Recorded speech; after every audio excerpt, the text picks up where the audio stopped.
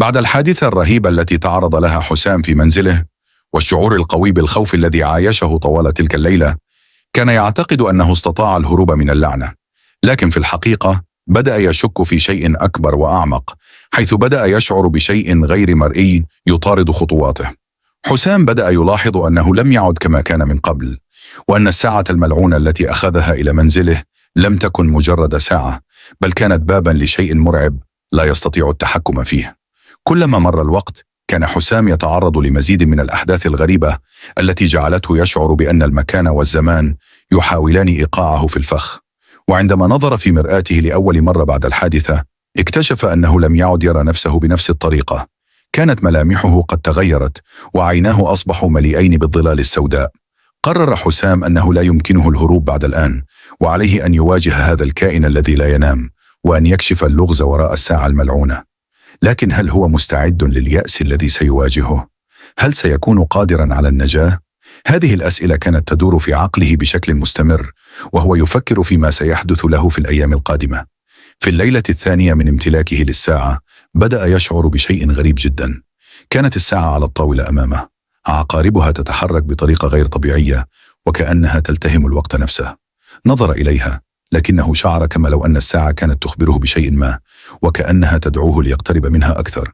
فجأة خرجت الساعة عن سيطرته، ودارت بسرعة شديدة كما لو أنها كانت تحتفظ بسر رهيب. في تلك اللحظة بدأ حسام يشعر بشيء غريب جدا، شيء يتغير في المكان من حوله. بدأت الظلال تزداد كثافة، والأشياء تتداخل مع بعضها البعض. كانت الجدران تتحرك، وكان الهواء ثقيلا، وكأن الزمن توقف فجأة. بدا له أن الساعة كانت تتحكم في المكان، وكأنها هي من تحدد الزمان والمكان. كل شيء بدأ يلتف حوله بشكل مرعب، وكان يشعر وكأن المكان نفسه يحاول ابتلاعه. فجأة شعر بشيء غريب يحوم حوله، وعيناه أصبحوا مليئين بالظلام، وظهر أمامه الكائن المرعب. ولكن هذه المرة كان يختلف عن المرة السابقة. كان الكائن أكبر بكثير، أكثر قوة، وعيناه أضاءت بلون أحمر قاتم.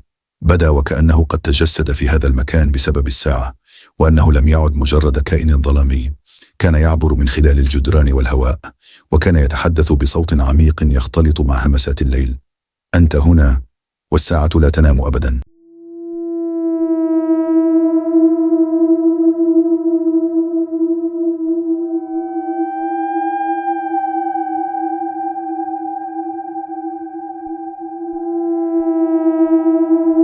بدأت الأمور تأخذ منحنى مظلما أكثر.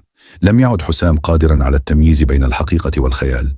كلما حاول الهروب كان يعود إلى نفس المكان. أصبح المكان وكأنه يلفظ أنفاسه، وكأن الزمان في يد هذا الكائن الملعون. أثناء محاولته للهرب شعر بشيء ثقيل يربط قلبه بالساعة. بدا وكأن الساعة تستهلك كل جزء منه. كل لحظة تمر كانت تؤدي إلى تفكك عقله. كانت أصوات الهمسات تتسارع بشكل مرعب، وكان الكائن يقترب منه بشكل دائم. لقد أتى الوقت لتحريرنا، قال الكائن وهو يقترب أكثر، وعيناه كانت تشع ضوءا متوهجا. حسام حاول الهروب مجددا، لكنه شعر بشيء يحاول جذبه إلى الساعة، وكان الصوت يزداد قوة. الوقت أصبح غير محدد، وكأن كل شيء حوله أصبح جزءا من الحلم الملعون.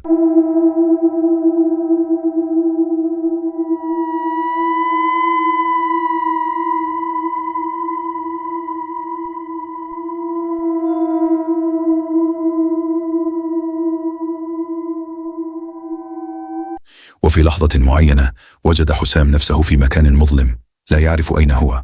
المكان كان يعمه الضباب الكثيف، وظل الكائن يلاحقه في هذا الظلام الدامس. لم يكن قادرا على الهروب، فقد شعر أن المكان أصبح مثل الحلم الذي لا يمكن الهروب منه. ثم ظهر الكائن أمامه مجددا، وكان أكبر وأكثر رعبا من أي وقت مضى. شعر حسام بأن كل شيء حوله صار محاصرا، وكلما حاول الهروب بدأ المكان يضيق به أكثر فأكثر. وكان هناك شيء غريب في عيون الكائن، كان يراه بشكل غامض، وكأن هذه العيون تمتص روحه شيئا فشيئا. الساعة ليست مجرد جهاز، هي جسر بين العوالم، وأنتم الآن في عالمي، قال الكائن بصوت يشبه الزئير. حسام بدأ يشعر بشيء غير طبيعي في جسده. بدأ يرى نفسه وكأن روحه بدأت تتفكك مع مرور الوقت، وكان كل لحظة تمر عليه في هذا المكان تؤدي إلى اقتراب النهاية. الوقت أصبح عدوا له. في تلك اللحظة قرر حسام أنه لا يمكنه الهروب من هذا المكان المرعب، لكنه في ذات الوقت شعر بشيء غريب في نفسه.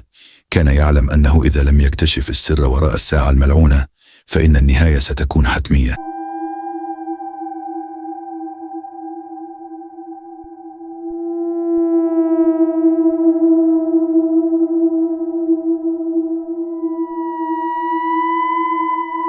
بدأت الساعة في التوهج بشكل مخيف. كانت العقارب تدور بشكل غير منتظم، وكان الضوء الذي يخرج منها يشع في كل مكان. وعندما نظر إلى عقارب الساعة اكتشف أنه كان عالقا في نفس اللحظة. كانت العقارب تدور بسرعة مدمرة، وبدأ المكان يضيق أكثر فأكثر. وعندما حاول مرة أخرى كسر الساعة تذكر الكائن مرة أخرى وقال له: لقد فات الأوان، الوقت الآن هو مصلحتنا. فجأة شعرت الساعة وكأنها انتقلت إلى مستوى آخر، وأصبح العالم كله يتحرك بشكل متسارع نحو النهاية. وكان جسد حسام ينهار، والساعة كانت تضحك في صمت. نظرت عيناه الأخيرة إلى الساعة وأدرك أن الساعات لا تنام، وهي ليست مجرد ساعات بل هي مجرد أبواب لعوالم أخرى. وأغلقت الساعة وسقط حسام في العدم. هل كانت هذه نهاية القصة؟ ما رأيك؟ هل حان الوقت لاكتشاف أسرار الساعة الملعونة؟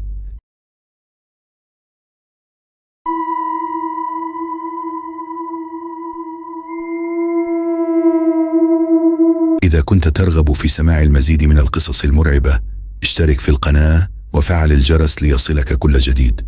لا تنسوا أن تكتبوا لنا في التعليقات: هل تعتقدون أن الساعة هي مجرد ساعة أم أنها كانت بوابة لعالم آخر؟